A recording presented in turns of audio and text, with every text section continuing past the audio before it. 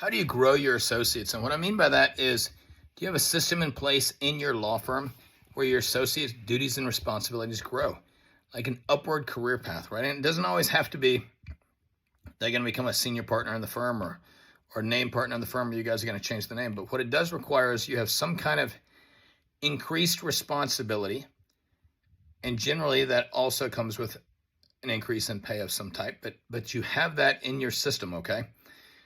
For instance, in our firm, we have tiers of attorney responsibilities, so they handle larger and larger cases.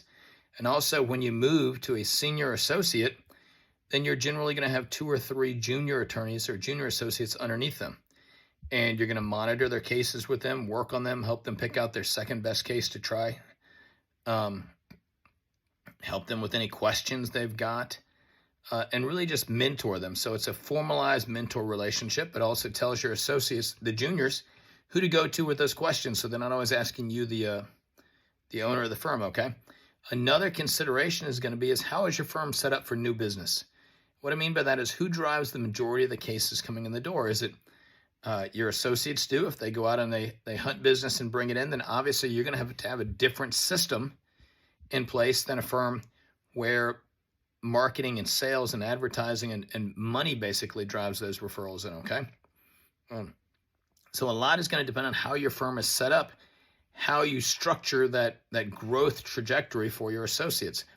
But I am going to encourage you to at least spend some time thinking about it and have some kind of idea, because what you don't want to do is lose an associate because they feel like they're not able to grow in your firm. And we see this happen sometimes in smaller firms where you've got the main person who's always handled all the big stuff, and then they bring on an associate and they just keep letting them do the same thing year after year after year. And then 5-6 years, the associate just leaves because they're like, I'm not challenged and I'm not moving up and there's no plan for me here.